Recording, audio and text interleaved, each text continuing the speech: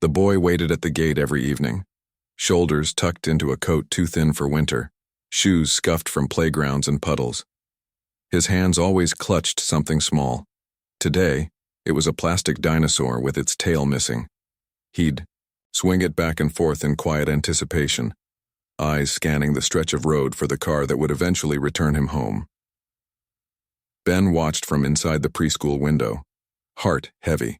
He hated being late, but work rarely asked permission and single fatherhood didn't grant second chances. As the engine rattled up the street, the boy's face lit up, not with joy, but with a fragile relief, like someone used to waiting, unsure if they'd be remembered. "Hey, buddy," Ben called as he stepped out. His voice was tired but soft. "Hi, Dad," the boy said, hopping into his arms. He didn't ask why Ben was late. He never did. They drove in silence, the heater humming its uneven rhythm. Outside, the sky bled into darkness early, the sun barely stretching its arms past 5 p.m. The boy fiddled with his dinosaur again, occasionally, looking out at the houses, the lit windows, the quiet lives behind glass. "You hungry?" Ben asked. "Yeah. Grilled cheese?" "With ketchup." "You got it." Their apartment was small, lived in, a 2-room space above a tired laundromat. The stairs creaked, the heater groaned like it was remembering better days. But it was clean. It was home. Ben set about making dinner while his son arranged his toys in a solemn half-circle on the carpet, as though performing a ritual only he understood. There was a photo on the fridge, a woman with kind eyes and a crooked smile. The boy looked at it sometimes but never asked anymore. Ben had run out of ways to explain things that didn't make sense. Grief wasn't linear, especially for children.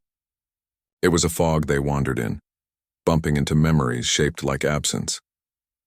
That night, after dishes and stories and teeth brushing and lights out, Ben sat by the window with a cup of tea gone cold. He looked out over the city rooftops. Life had become a rhythm of responsibilities, none glamorous, all necessary.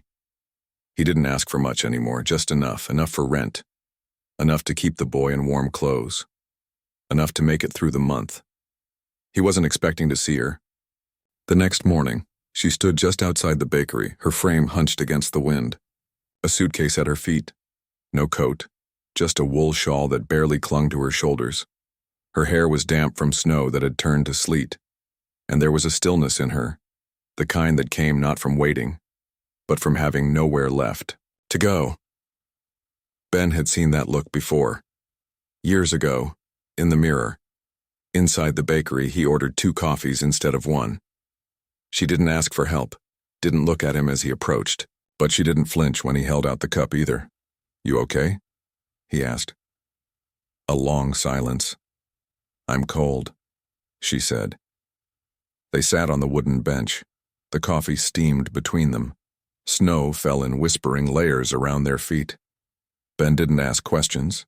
She didn't offer explanations. But silence sometimes was the kindest language. He learned her name later. Lena. Learned she had come from 2 towns over, from a family that no longer answered her calls. "Sold off," she said once, her voice flat. Like a cow too heavy for market. She didn't laugh when she said it, neither did he. Her past hung behind her like a coat she refused to wear, heavy and worn thin. Ben didn't press. He simply started showing up with 2 coffees instead of 1, a scarf one day, an extra umbrella another. Kindness in his eyes wasn't a debt. It was shelter. The boy met her on a Sunday. They were walking through the park, leaves brittle underfoot, the playground vacant except for 1 squeaky swing. Lena had joined them, awkwardly at first, unsure of her place. The boy looked up at her with quiet curiosity. He offered her a red Lego. She took it with reverence, like he'd handed her something holy. "His name's Milo," Ben said. Lena crouched to meet the boy's eye. "Thank you, Milo." Milo smiled. That night, she didn't go back to the bench by the bakery. She followed them upstairs, to the apartment with creaky floors and laundry soap scent. She sat at the table, unsure, while Milo colored dinosaurs, and Ben stirred pasta. She was startled when Ben set a bowl in front of her, She hadn't been served a meal in months, not without expectation, but he didn't watch her eat. He just handed Milo a napkin and asked about school. Slowly, Lena began to fill the spaces, not with grand gestures. She didn't redecorate, didn't reorganize shelves. She simply existed. Folded laundry when Ben was busy, helped Milo with his reading, boiled water for tea, cleaned the baseboards no one else noticed. She moved like a ghost at first, afraid her presence might shatter something fragile. But Ben watched. He saw how Milo began to speak more. Saw how the boy waited at the door not just for his dad but for Lena too. How her hands, clumsy at first with affection, learned the rhythm of a child's need, the wiping of faces, the tying of shoes, the soft murmuring when nightmares came. One evening, Ben came home to find them asleep on the couch. Milo's head in her lap, her hand resting protectively over his. A storybook open beside them. The room smelled of cinnamon and something tender. Ben stood there longer than necessary. Didn't touch the moment. Just let it live. There were no declarations, no sudden romance. But there was a morning when Lena reached for his coffee cup before he could, when her fingertips brushed his and neither pulled away. There was a quiet understanding in that touch, something half-spoken and whole. One evening, Milo drew a picture. He handed it to Lena shyly. 3 stick figures, one tall, one medium, one small, all holding hands. Underneath, in crooked letters, "My family." Lena blinked. Ben read it, then looked at her. She didn't speak. But later that night, as she folded the drawing and placed it in a small tin box beside her few belongings, she wept. Silently. Fully. As though someone had finally said her name, and meant it, and still the days moved slow. Winter deepened. Snow thickened. But the apartment felt warmer now, not from heat but from presence. From laughter echoing in corners once silent. From meals shared without counting spoonfuls. From knowing someone would be there when the door opened. Then, one night, a knock came. Hard, sharp, different. Ben opened the door to find 2 strangers. Faces he didn't recognize, but Lena did. Her past had found her. She stood behind Ben, her hand trembling slightly. The suitcase they brought was hers, still tagged, still marked like cargo. "You owe us," one of the men said, eyes narrow. Ben said nothing, just looked at Lena. She didn't cry, didn't plead. She stepped forward, held Ben's gaze. "I'm not going back," she whispered. Her voice didn't tremble. Ben nodded once. The door closed. That night, no one spoke much, but Lena took Milo's drawing from the tin and taped it to the wall beside the fridge. Then she pulled out the box of tea and poured 2 cups. They sat beside the window, the same window Ben had once stared through alone. But now, the snow outside seemed softer, the silence less cold. Lena held her cup with both hands, her fingers wrapped tightly around the warmth. "You okay?" Ben asked. She looked at him, and for the first time she smiled. Not politely, not out of gratitude, but like someone who had finally come home. And though nothing grand had happened that night, something important had settled in. They were no longer strangers orbiting pain. They were becoming a family stitched by small kindnesses, and somewhere deep inside them that realization felt like the beginning of forever. Ben hadn't expected life to settle into a rhythm again. Not after everything. Not with Lena's past knocking so violently on their door. But days went by. Then weeks, and the world didn't unravel. The 2 men never returned. No police. No strange cars parked outside. Just snow, soft and constant, blanketing the city like a promise that everything ugly could be hidden for a while. Still, tension clung to Lena like a second skin. She flinched at loud footsteps on the stairs. She checked the locks twice at night. She never let her phone ring aloud. But she stayed. She cooked. She read bedtime stories. And sometimes, when she didn't think Ben was looking, she smiled at Milo like she was still surprised he loved her so freely. One afternoon, Milo came home with a drawing. His teacher had asked the children to make family portraits. His was bright with crayon scribbles. 3 people again. This time, all had names. Me, Dad, and Lena. She held the paper in trembling fingers for a long moment. Then she bent down and hugged him so tightly that the paper crinkled between them. That evening, Ben asked if she wanted to add her name to the mailbox downstairs. Lena hesitated, spoon halfway to her lips. She looked up at him as if trying to determine whether it was a trap, or worse, a dream. "I don't want to bring trouble here," she said. "You didn't bring trouble," Ben replied. "You brought peace." She didn't answer right away, but the next day, her name appeared neatly printed on a small white label beside Ben's. That name changed things. The landlord asked fewer questions. Neighbors started greeting her. At the laundromat downstairs, Mrs. Ivanov offered her detergent, coupons, and a place in the folding queue. Lena had never belonged anywhere before, not truly. Now she had people nodding to her as though she did. She wasn't sure how to carry that. But life had a way of testing beginnings. It started with a note slipped under the door. No name. Just 4 words. "She still owes us." Ben found it first. He crumpled it instinctively, but Lena saw his reaction and made him open it again. Her face paled, lips tightening. She read it twice and then sat down slowly, her hands suddenly lost in her lap. Ben waited. "They know where I am," she said, her voice low. He didn't ask who they were. He knew enough. He also knew fear when he saw it, and hers was not a gentle thing. It had roots. It had a past. "We can call someone," he offered. She shook her head. "There's no someone. If I go to the police, they'll ask why I ran. They'll dig. Let them dig. I can't afford for Milo to get dragged into that." The way she said his name told Ben everything. He knew what it meant to protect someone so small and so trusting that even a shadow could bruise them. He nodded slowly. "Then we don't let them scare us." But they tried. 3 days later, a dead bird appeared on their welcome mat. No blood, just twisted feathers and the faint stench of rot. Lena found it on her way out to pick Milo up from school. She didn't scream. She just stared. Then she dropped her keys and sat on the floor of the hallway, arms wrapped around her knees. Ben cleaned it up in silence. He didn't ask questions, didn't say the words he wanted to. He just put his arm around her that night when she couldn't sleep and kept the lamp on till dawn. Lena didn't run. Instead, she enrolled in a course at the community center, bookkeeping and small business accounting. She said it was something she could do from home, something useful. Ben knew it was more than that. It was her way of standing up.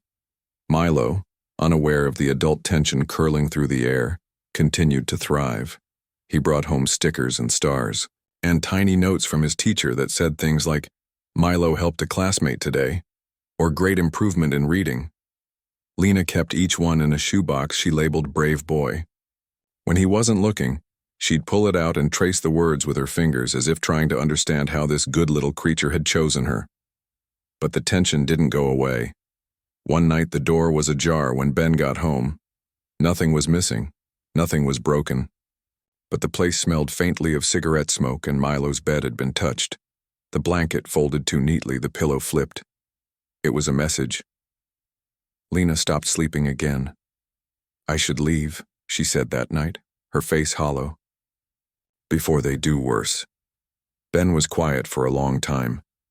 "I didn't build this with you just to watch it fall apart," he said finally. "If you go, they win. What if they don't stop? Then we don't either." She looked at him, something burning in her eyes. "Why do you care this much?"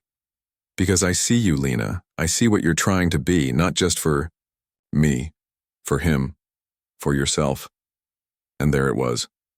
Not love declared in grand, sweeping gestures, but truth, laid bare like stone in sunlight. It wasn't romantic. It was real. After that night, she began locking the windows again, not because she planned to run, but because she planned to stay. Ben started checking in with a friend who worked in private security. Quiet conversations, discreet measures, motion sensor lights installed in the hallway, a camera above the door, a second lock. It wasn't paranoia, it was preparation. Then came the night of the fire. It was a small one, contained to the dumpster, behind the building. But it was no accident. Someone had poured accelerant. The smoke drifted up into their windows before the flames were caught. No one was hurt. But fear once again gripped the apartment. This time Lena didn't cry. She walked to the kitchen, opened the tin box that had once held Milo's drawing. Inside was an address, scribbled on the back of a torn receipt. She stared at it for a long moment, then placed it on the table between them. "My brother lives 2 states away," she said. "He used to protect me, but I stopped calling. I didn't want to bring him into it."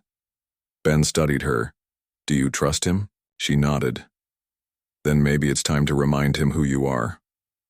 They left 3 days later. Not in panic, but in quiet purpose. A bag for each of them. The shoebox. Milo's drawing. A few books. The apartment was left clean. No trace of struggle, no sign of flight. Ben drove through the night. Lena sat in the back with Milo, her arms around him, the boy dreaming against her shoulder. Her eyes stayed open the entire ride, watching the road like it might betray them. When they arrived at a small town nestled between trees and quiet hills, the house waiting for them was old but kind-looking. A man with tired eyes opened the door. His face cracked with recognition when he saw Lena. He pulled her into his arms without a word. Ben stood back, giving them a moment. Then Milo tugged his hand. "Is this our new home?" the boy asked. Ben didn't know yet. But he looked at Lena, saw how she clung to her brother like a child who had finally found her way back to something solid, and he said, "Maybe. Let's find out." Later that evening, the 3 of them stood on the porch looking at the stars. "I'm not scared anymore," Lena said, her voice barely above a whisper. Ben didn't say anything. He reached for her hand. Milo, half asleep in her arms, murmured, "Don't leave again." "I won't," she said with quiet certainty. And for the first time in a long while, no one was looking over their shoulder. But as the stars brightened above them and the wind rustled the pines in the distance, Ben knew one truth with aching clarity. This wasn't over. They were safe for now, yes. But peace was never permanent when the past hadn't been buried. And somewhere far behind them, in the city they left, someone was still watching. Waiting. The first morning in the new town was deceptively quiet. Lena woke to the smell of pine trees and coffee, sunlight leaking gently through the blinds. She hadn't slept that deeply in years. For a moment, she forgot about the notes, the bird, the fire. Then Milo rolled toward her in his sleep, his small hand resting against her cheek, and she remembered why she had run, why she had stayed. Ben was already up, sitting at the kitchen table with her brother Caleb. Their conversation paused when Lena entered. Caleb offered a half smile. "Hope the couch didn't destroy your back?" She nodded, rubbing her neck. It held up. Ben pushed a mug toward her. "We've been talking." She didn't sit. She waited. Caleb stood and moved to lean against the sink. "You're not safe here if they're serious about following you." "They don't want me dead," she said. "They want me to owe them forever." "That's not comfort," Ben added. "I'm done running," she said firmly. "We need a plan." The word "we" changed something in Caleb's face. He nodded slowly. "Then we stop hiding." Lena had told them only fragments about the people who had once held her life by the throat. Small-time traffickers in New York who laundered money through a nightclub, and people through cheap motels. Lena had worked for them, not willingly, but not at gunpoint either. She'd owed them for getting her out of a bad place, and the debt had never ended. When she'd tried to leave, they'd reminded her who she was, or who they thought she was. Ben pressed. "Names. Faces. We need them if we're going to get ahead of this." Lena hesitated. Then she said, "Nico runs it now. He took over after Anton disappeared. Nico's the one who made the threats, sent the messages. The others follow him, but not out of loyalty, out of fear. Caleb poured more coffee, his jaw tight. I remember Nico. Arrogant little punk. Thought he was untouchable. He's worse now. Ben leaned forward. Then we make him visible. The plan unfolded in cautious layers. Caleb had contacts, old friends who owed him favors, a few of whom had migrated into law enforcement or cybersecurity. They couldn't stage a raid or launch an arrest, but they could collect evidence. They could expose. They started by digging. Caleb's friend Iris, a digital forensics analyst, worked quietly behind the scenes. Within days, she traced the phone number used to text Lena. She found purchase histories, GPS trails, IP addresses.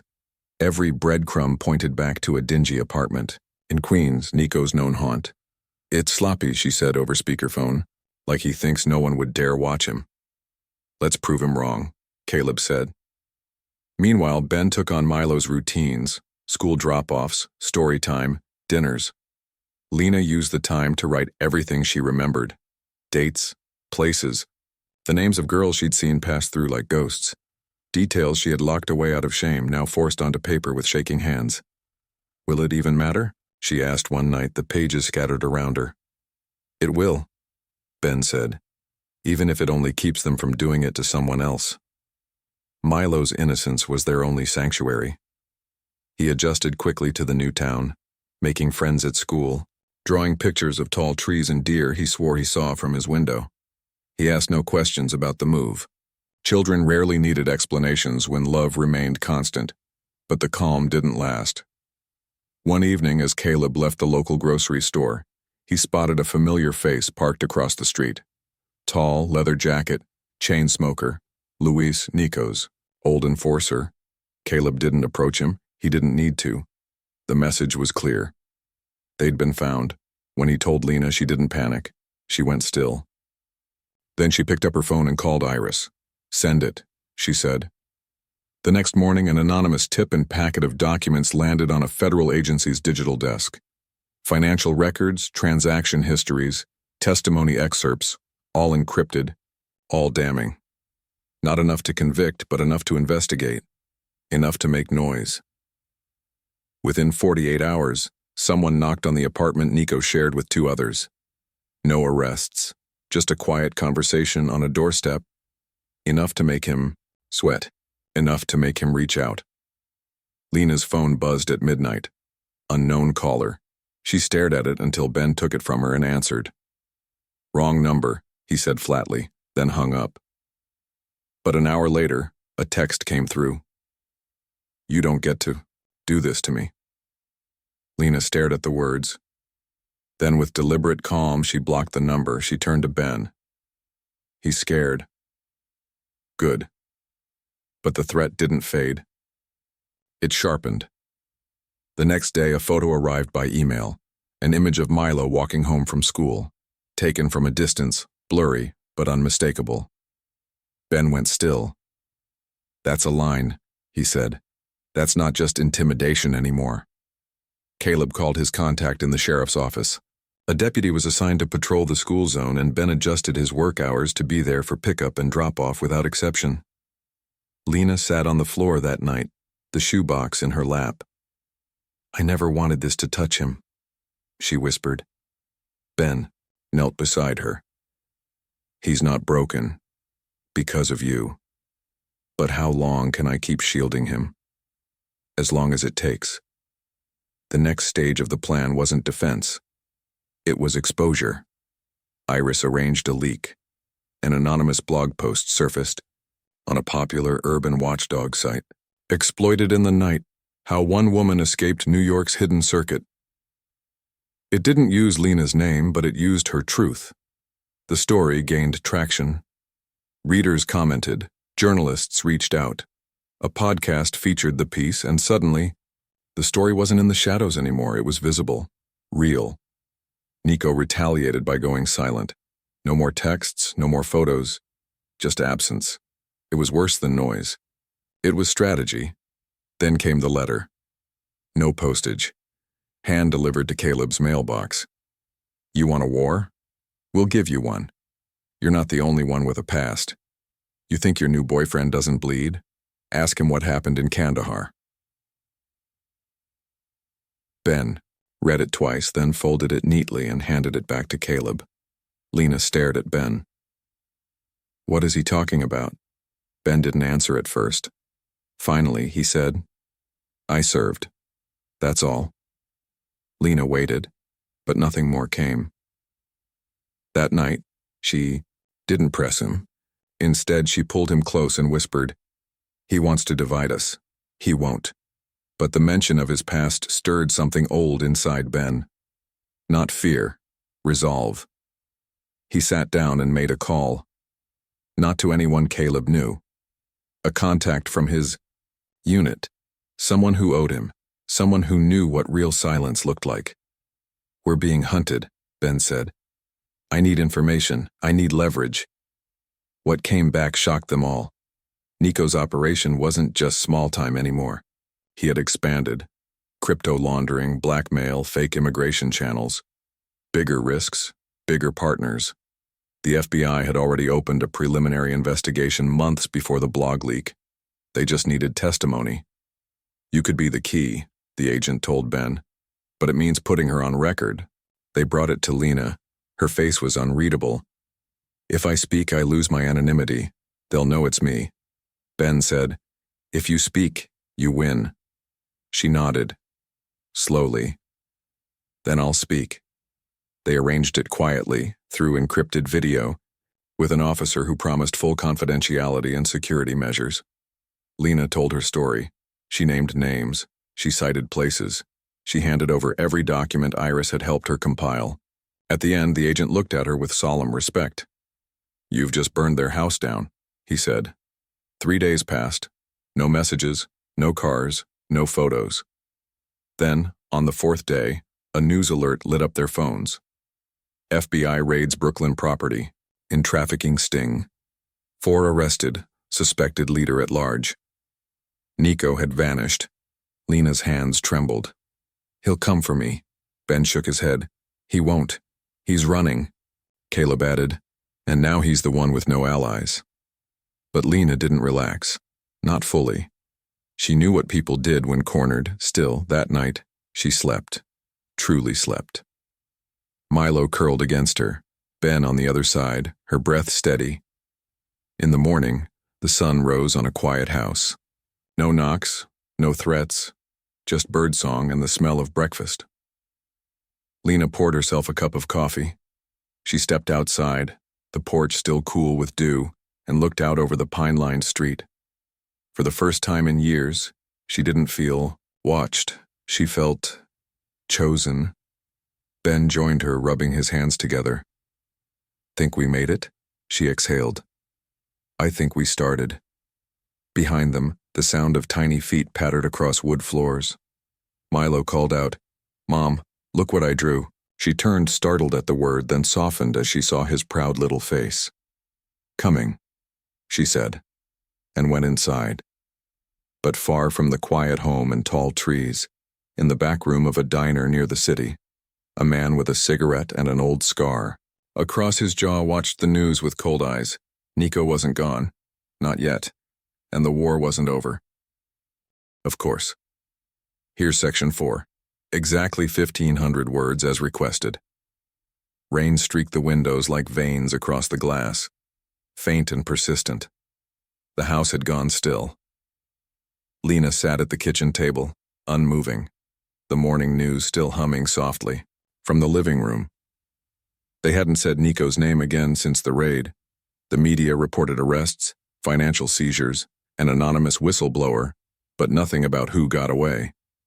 That silence was more terrifying than his name. She stared at the envelope on the table, the one Ben found beneath the porch steps, tucked between the wood planks. No address, no stamp. Inside, a Polaroid of Milo playing in the backyard. Nothing else. Caleb had taken the photo to the sheriff. The deputy nodded grimly, muttered something about filing it. But they both knew what it meant. He was still out there, watching, waiting. Lena gripped the edge of the table. Her knuckles whitened. He's close. Ben leaned in from the hallway, shirt half buttoned. I already tightened the back gate. Installed another sensor light. Caleb's checking cameras again. He knew where we were. Her voice was low, nearly a whisper. How? Ben crossed the room and sat opposite her. Maybe he followed us from the start. Maybe someone local. Talks more than they think. Doesn't matter now. He's showing you he's not done, but he also showed his hand. He's desperate. She looked up at him. What if Milo had seen him? Ben didn't answer. His jaw clenched, but he reached for her hand. Then he'd be running already. You don't need to spiral. You need to think. Her fingers trembled under his. Later that day, Caleb returned with news. He dropped a folder on the kitchen counter. One of my guys traced the car parked down the street. Plate was obscured, but not enough. Registered to a shell company in Jersey, tied to an old nightclub Nico used to run under Anton's name. Guess what's inside? Lena didn't respond. A shell inside a shell, Caleb said, flipping open the folder. It's a laundering front. The kind we used to investigate before I burned out. But this one's clever. Payment portals, false client bookings, remote account routing. He's trying to fund something new, or clean something old. Ben asked, You think he's setting up again? I think he never stopped. He just adapted. Lena exhaled sharply. So what does he want from me now? I already gave them everything. Maybe that's the point, Caleb said. He's bleeding and he blames you. Then let's end it, Ben said. No one spoke for a long moment. Caleb finally broke the silence. You sure you're ready for that? Lena didn't blink. He sent me a photo of my son. That's all the permission I need. What came next was fast, calculated, and terrifying. Lena contacted Iris again, this time requesting not just tracking, but bait. They built a digital breadcrumb, a false data leak implying she had even more damning information. Unpublished, evidence, recordings, ledgers, names that hadn't yet surfaced. We'll leak it to a secure dark forum Nico's guys monitor, Iris explained. He'll see it, and he'll come sniffing. Ben didn't like the risk. We're drawing him out. We're cornering him, Lena corrected. I'm done hiding. If I ever want peace, we make him afraid to keep breathing near me. The bait was set. The response came quicker than expected. 2 nights later, their home Wi-Fi crashed for 7 minutes at 3:17 a.m. Caleb noticed it. When he checked logs, someone had tried to backdoor the router. Not professionally, sloppily. In a rush. He's watching again, Caleb said. The next morning, a burner phone appeared on their front porch. Its only contact was labeled you. Lena answered. I didn't want it to be like this. Nico's voice rasped. But you forced my hand. She didn't reply. I lost everything. They arrested men I knew for a decade, and they all whispered your name. Still, she remained silent. So let's settle this, he said. Come alone, 1 hour, or I find the boy again. The call ended. Ben wanted to take it straight to the feds. Caleb argued for a sting operation, but Lena already knew. He won't meet unless I'm alone. He knows what he's doing. This is personal. It's suicide, Ben said. She looked him straight in the eye. It's survival. Ben swallowed hard. Then I'm following you, no matter what you say. She didn't object. The meeting place was a condemned motel 10 miles outside of town, hidden behind rows of withered cornfields. The sky boiled gray as Lena stepped from the car, wind tugging her coat. She wore no makeup, no jewelry, no wires. Just an old phone and a will that had been forged in hell. Ben parked half a mile away, radio in hand, binoculars steady. Caleb waited nearby in his truck, emergency line dialed and ready. Nico stepped from the shadows of the motel's lobby. He looked thinner, twitchier. His eyes were sunken, his cheekbones sharper. He grinned when he saw her. Didn't think you'd actually show. I'm not afraid of you, she said. You should be. You've already taken everything from me once. What more do you think you'll get? He stepped closer. I want to know why. Why what? Why you turned on me. Her voice didn't shake. Because I stopped mistaking survival for loyalty. Nico's face twitched. You think they'll protect you? You think the feds care about your little victim act? When they're done, you're dust. They're not the ones shaking in. A motel parking lot, Nico. He lunged suddenly, grabbing her wrist, dragging her forward. She didn't scream, didn't flinch. She met his fury with absolute calm. I should have finished it when I had the chance, he hissed. You still don't get it, she whispered. You never held me. You just borrowed my fear. From the trees, Ben moved. Behind him, Caleb made the call. In seconds, tires screeched down the road. Sirens wailed. Red and blue lights painted the world in urgent streaks. Nico saw it too late. He turned, tried to run, but Ben tackled him hard, pinning him to the ground. The man fought like a cornered dog, but years of fury fueled Ben's strength. Touch her again, Ben growled, and you'll wish the feds got here slower. They cuffed Nico while he cursed and thrashed. Lena stood still, watching the scene with steady eyes. When one agent approached her asking if she was all right, she only nodded. Later, back at the house, Milo was asleep, unaware. Caleb poured drinks with shaky hands. Ben leaned against the counter, his shoulder bruised. Lena stood on the porch, again staring at the moon. He's gone, she said quietly. Ben joined her. He will be. Federal lockup. No more networks. No more shadows. It feels empty, she admitted. Because the fight's over? No, she said. Because now I have to learn how to live without running. He took her hand. That's not something you do alone. She leaned into him, and for the first time the world felt still. Not because it was silent, but because it was hers. The next morning, Milo ran into her room, waving a paper. I drew our house, he announced proudly. She took it and smiled. The house had big windows, a bright sun, and 3 stick figures, one tall, one medium, one small, holding hands. She kissed his forehead. It's perfect. Ben walked in behind them, coffee in hand. We're safe now. For today, she said. And tomorrow. She smiled. We'll choose that too. Far away, in a concrete room with no windows, Nico stared at the ceiling, his wrists chained, his name on a document marked pending transfer. He didn't scream. He didn't cry. But his silence said everything. He had finally lost, and Lena, for the first time in years, had finally won. But the question that lingered wasn't what came next for Nico. It was what Lena would become now that she was free to be someone new.